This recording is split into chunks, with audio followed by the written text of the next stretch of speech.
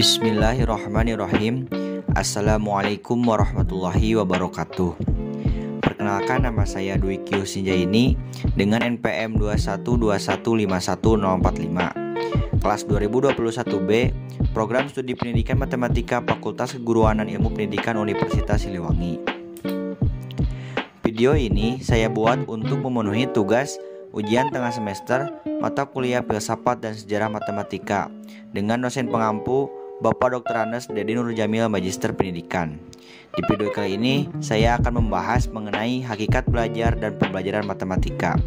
Untuk lebih jelasnya, disimak baik-baik videonya ya teman-teman. Yang pertama yaitu definisi belajar dan pembelajaran matematika. Definisi belajar matematika. Menurut J. Branner, belajar matematika ialah belajar tentang konsep-konsep dan struktur matematika yang terdapat dalam materi yang dipelajari serta mencari hubungan antara konsep-konsep dan struktur-struktur matematika. Menurut Kolb, belajar matematika sebagai proses memperoleh pengetahuan yang diciptakan atau dilakukan oleh siswa itu sendiri melalui transformasi pengalaman individu siswa. Menurut Robert James, belajar matematika harus didasarkan kepada pandangan bahwa tahap belajar yang lebih tinggi berdasarkan atas tahap belajar yang lebih rendah. Jadi kesimpulannya adalah sebagai berikut. Belajar matematika merupakan kegiatan belajar yang mengkaji konsep-konsep dan struktur-struktur yang terdapat dalam matematika untuk kemudian dicari hubungan-hubungannya dengan memberi kesempatan seluas-luasnya kepada peserta didik untuk mengkonstruksi sendiri pengetahuan yang dipelajari dan harus didorong untuk aktif berinteraksi dengan lingkungan pelajarannya sehingga dapat memperoleh pemahaman yang lebih tinggi dari sebelumnya, dalam artian mencapai tahap yang lebih tinggi dari tahap yang sebelumnya. Definisi pembelajaran matematika. Menurut Musetio, pembelajaran matematika adalah proses pemberian pengalaman belajar kepada peserta didik melalui serangkaian kegiatan yang terencana sehingga peserta didik memperoleh kompetensi tentang bahan matematika yang dipelajari.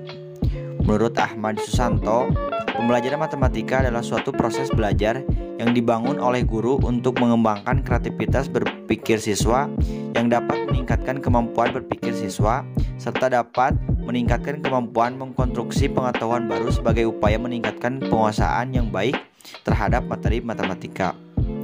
Menurut Herman Hudoyo, pembelajaran matematika adalah belajar tentang konsep dan struktur matematika yang terdapat dalam materi yang dipelajari serta mencari hubungan antara konsep dan struktur matematika di dalamnya. Jadi kesimpulannya adalah sebagai berikut.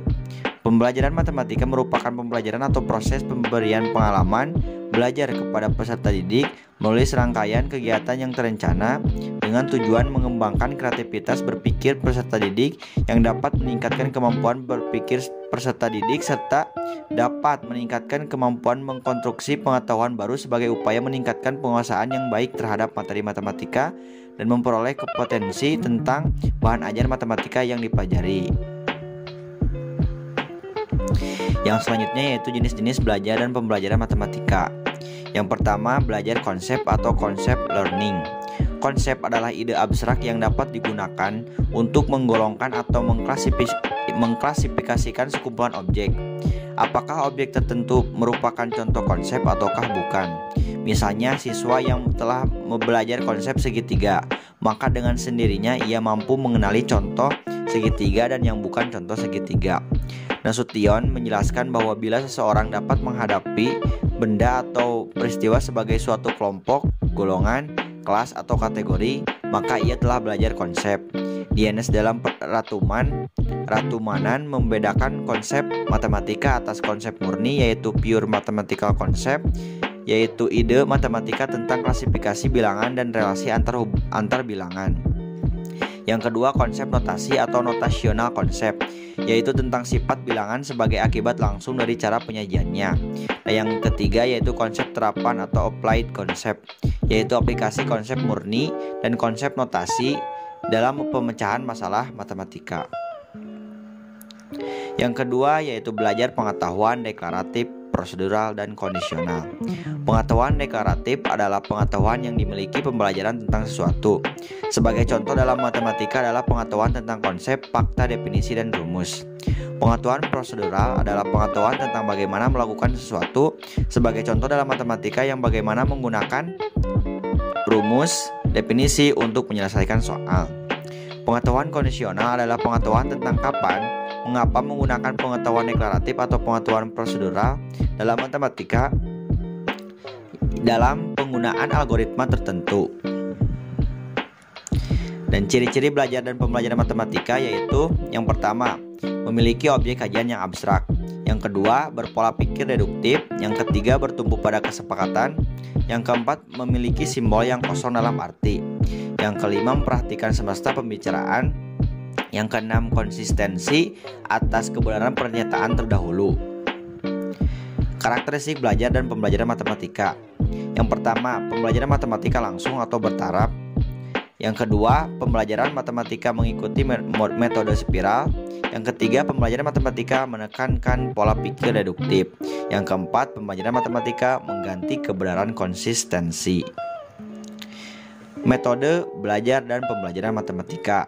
Yang pertama yaitu metode ceramah, yang kedua metode ekspositori, yang ketiga metode demonstrasi, yang keempat metode tanya jawab, yang kelima metode penugasan, yang keenam metode eksperimen, yang ketujuh metode drill dan mode latihan, yang kedelapan metode penemuan, yang kesembilan metode inquiry, yang kesepuluh metode permainan, dan yang kesebelas metode pemecahan masalah. Langkah-langkah belajar dan pembelajaran matematika. Yang pertama, memahami masalah kontekstual. Yang kedua, menyelesaikan masalah kontekstual. Yang ketiga, membandingkan dan mendiskusikan jawaban. Dan yang keempat, menyimpulkan.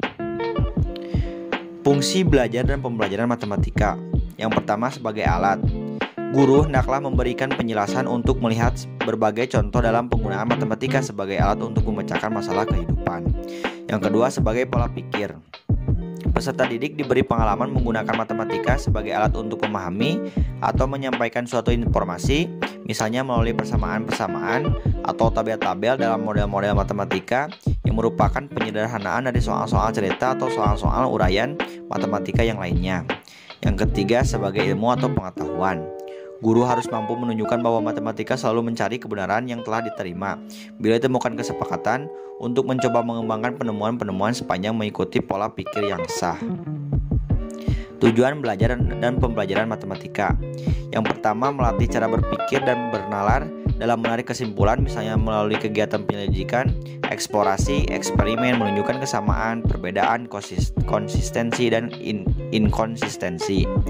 Yang kedua, mengembangkan aktivitas kreatif yang melibatkan imajinasi, intuisi, dan penemuan dengan mengembangkan pemikiran divergen, orisinil, rasa ingin tahu, membuat prediksi dan dugaan, serta mencoba-coba. Yang ketiga, membangun kemampuan memecahkan masalah.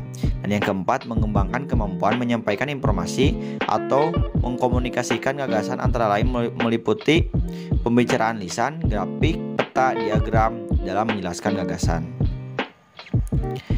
Manfaat belajar dan pembelajaran matematika. Yang pertama yaitu pola pikir menjadi sistematis. Yang kedua, logika berpikir lebih berkembang. Yang ketiga, terlatih berhitung. Yang keempat, mampu menarik kesimpulan secara deduktif. Yang kelima, menjadi teliti, cermat, dan sabar. Yang akan kita bahas kali ini yaitu metode inquiry dalam belajar dan pembelajaran matematika. Inquiry berasal dari kata bahasa Inggris yaitu inquiry, yang secara harfiah berarti penyelidikan. Karin and Son mengemukakan bahwa inquiry adalah the process of investigating a problem. Adapun Piaget mengemukakan bahwa metode inquiry merupakan metode yang mempersiapkan peserta didik pada situasi untuk melakukan eksperimen sendiri secara luas agar melihat apa yang terjadi, ingin melakukan sesuatu, mengajukan pertanyaan-pertanyaan, dan mencari jawabannya sendiri, serta menghubungkan penemuan yang satu dengan yang lainnya, membandingkan apa yang ditemukan dengan yang ditemukan peserta didik yang lainnya.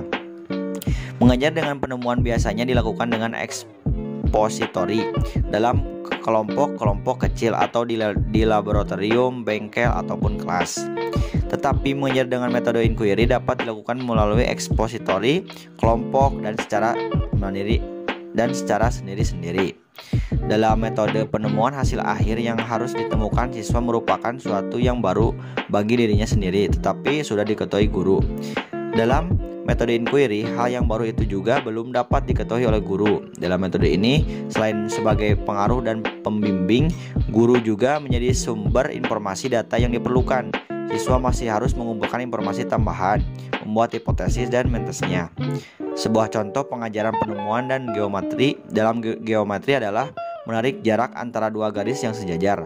Sejenis dengan ini dalam inquiry adalah menarik jarak antara dua garis yang bersilangan sembarang dalam ruang. Contoh-contoh topik lainnya untuk inquiry adalah menentukan kepadatan lalu lintas di suatu perempatan, menentukan air yang terbuang percuma dari kran ledeng yang rusak, menentukan banyak air suatu aliran sungai.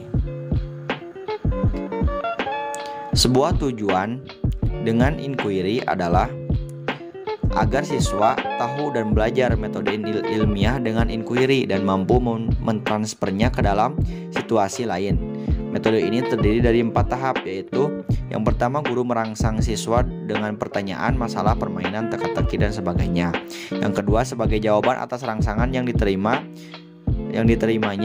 siswa menentukan prosedur mencari dan mengumpulkan informasi atau data yang diperlukan untuk memecahkan pertanyaan, pernyataan, masalah, dan sebagainya. Yang ketiga, siswa menghayati pengetahuan yang diperoleh dengan inquiry yang baru dilaksanakan. Yang keempat, siswa menganalisis metode inquiry dan prosedur yang ditemukan untuk dijadikan metode umum yang dapat diterapkannya ke situasi yang lainnya. Adapun kegiatan-kegiatan dalam menerapkan metode inquiry adalah sebagai berikut. Yang pertama, mengajukan pertanyaan-pertanyaan tentang fenomena alam. Yang kedua, merumuskan masalah yang ditemukan. Yang ketiga, merumuskan hipotesis. Yang keempat, merancang dan melakukan eksperimen. Yang kelima, mengumpulkan dan menganalisis data. Yang keenam, menarik kesimpulan dan mengembangkan sikap ilmiah, yakni objektif, jujur, hasrat ingin tahu, terbuka, berkemauan, dan tanggung jawab. Selain itu, Sun and Tobright mengemukakan 3 macam metode inquiry sebagai berikut. Yang pertama, inquiry terpimpin atau guided inquiry. Peserta didik memperoleh pedoman sesuai dengan yang dibutuhkan. Pedoman-pedoman tersebut biasanya berupa pertanyaan-pertanyaan yang membimbing. Yang kedua, inquiry bebas atau free inquiry. Pada inquiry bebas, peserta didik melakukan penelitian sendiri bagaikan seorang ilmuwan. Pada pengajaran ini, peserta didik harus dapat mengidentifikasikan dan merumuskan berbagai topik permasalahan yang hendak diselidiki. Yang ketiga, inquiry bebas yang dimodifikasikan atau modified free inquiry. Pada inquiry ini, guru memberikan permasalahan atau problem dan kemudian peserta didik diminta untuk memecahkan permasalahan tersebut melalui pengamatan, eksplorasi, dan prosedur penelitian. Sekian yang dapat saya sampaikan. Mohon maaf bila ada kekurangan ataupun kesalahan. Terima kasih sudah menonton video ini dan semoga video ini bermanfaat. Wassalamualaikum warahmatullahi wabarakatuh.